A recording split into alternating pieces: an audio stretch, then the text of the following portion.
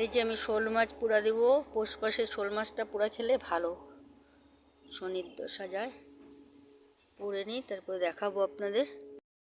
এটা কয়লার আগুনে ভালো পুড়ে।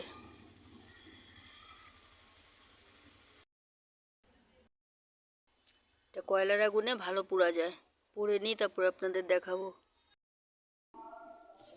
এই যে আমি পেঁয়াজ কুচি করে নিয়েছি, হলুদ নিয়েছি, একটু আদা, একটু কাঁচা তেল, কাঁচা লঙ্কা কুচি করে নিয়েছি, রসুন কুচি করে নিয়েছি, আর লবণ তো নিয়েছি দেখালাম। এখন মাছ পোড়াটা আমি নিয়ে আসি চুলা থেকে।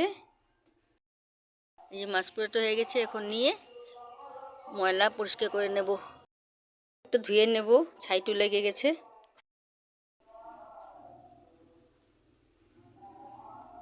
এই যে এভাবে বের করে নেব, কাঁটাটা বের হয়ে যাবে। এই যে ধুয়ে উপরের আঁশ ছিল এটা ফেলে দিয়েছি, কালো চামড়াটাও ফেলে দিয়েছি, ভিতরেরটা খালি আমি নিয়ে নিচ্ছি। এই যে দেখেন, সাদা ভিতরেরটা নিয়ে নিচ্ছি। পরিষ্কার করে নিয়েছি সব। এখন এটা সব মেখে নেব। তেলও নিয়েছি, একটা শুকনা লঙ্কা যদি পুড়ে নিতে পারেন তবে তো আর কথাই নেই।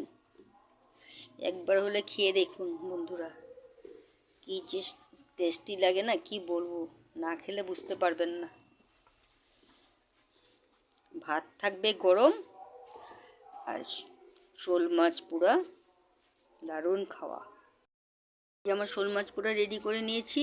একটু ধনিয়া পাতা থাকে যদি আপনাদের ঘরে দিয়ে দিবেন, এখন আমি আর দিচ্ছি না, যখন খাবো তখন দিয়ে দেবো ওটা আমি।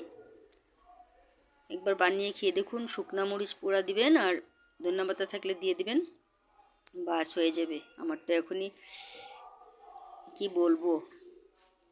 ভিডিও ভালো লাগলে একটা লাইক, শেয়ার, সাবস্ক্রাইব করতে ভুলবেন না। Thank you. আসি তাহলে, আবারও একটা রেসিপি নিয়ে হাজির হব আপনাদের সামনে।